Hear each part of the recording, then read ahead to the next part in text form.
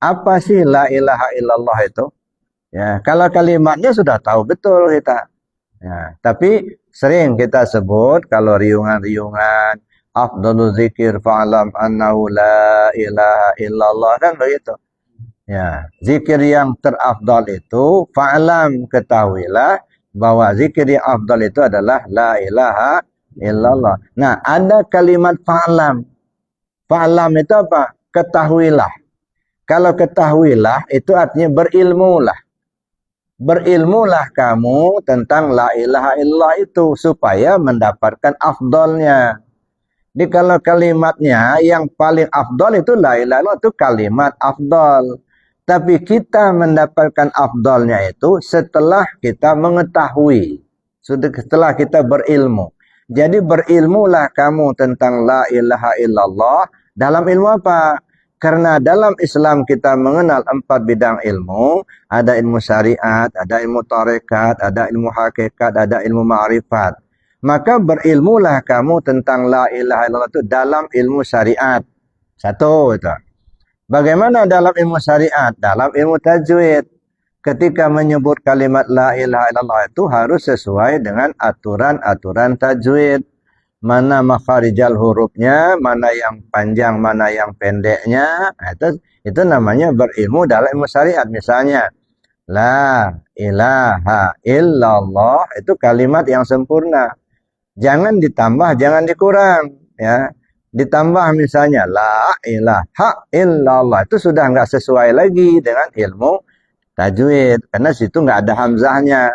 Atau kita kurangin la loh itu tidak sesuai dengan ilmu tajwid karena sudah berbeda kalimat. Atau berubah la ilaha illallah itu nggak sesuai dengan ilmu tajwid sebab lam itu lam alif panjang 6 harakat 3 gerak jari. La ilaha illallah.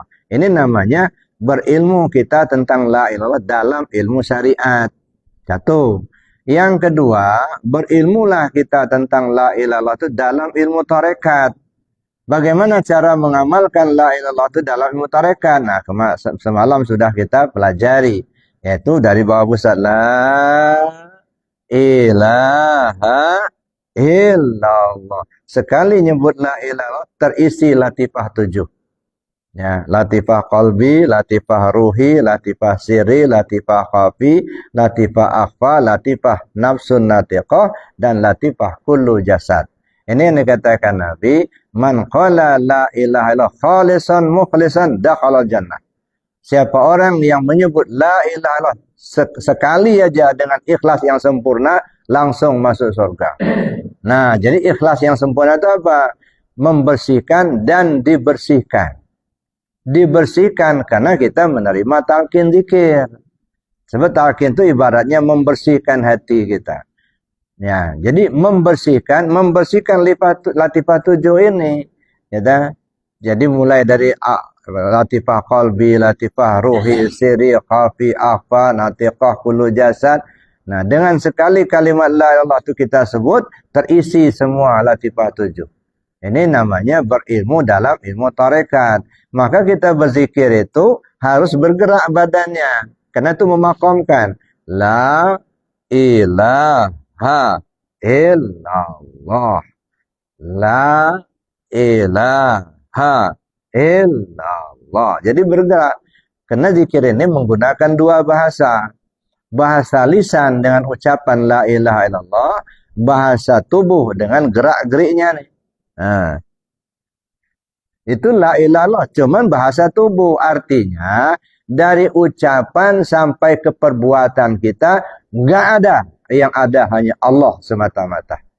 Nah, sebab ucapan itu kalam, la mutakallim illallah. Kalam itu didengar itu telinga kita mendengar, sama namanya la sami'un illallah. Nah, lalu kita bergerak, ya kan? Nah, bergerak kita lihat. Badan kita bergerak. Melihat itu basar. La basirun illallah. Tak ada yang mulia kecuali Allah. Nah, kita bergerak, kita sanggup menggerakkan. Sanggup menggerakkan itu qadrat. Qadrat itu ya dari sifat Allah.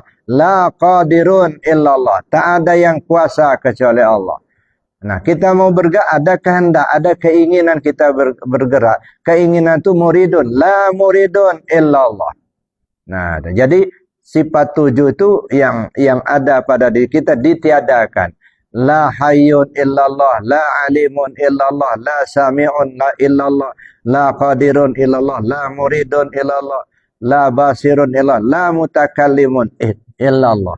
Nah, makanya bergerak badannya, tidak boleh diam. Jangan badannya, mulutnya saja yang ngomong, tapi badannya diam. Itu berarti tubuhnya tidak mengucapkan kalimat la ilaha illallah. Nah, hanya mulut kita saja yang ngomong la ilaha illallah, tapi badan kita masih ngakui ada juga ini. Tidak boleh. Ya. La ilaha illallah itu nafi isbat. Menafikan yang ada pada hamba untuk mengisbatkan yang ada pada Allah Subhanahu wa Ta'ala. Jadi yang dinafikan yang ada pada kita. Ya, ini, hei, kamu ini enggak hidup. Yang hidup itu Allah. Jangan ngaku-ngaku kamu yang hidup. Kamu enggak kuasa, enggak. Yang kuasa itu Allah. Kamu ini enggak punya kehendak.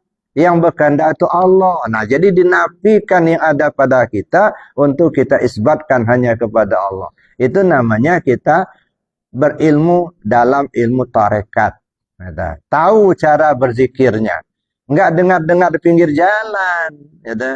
Enggak hanya baca-baca buku. Enggak, betul-betul kita pelajari.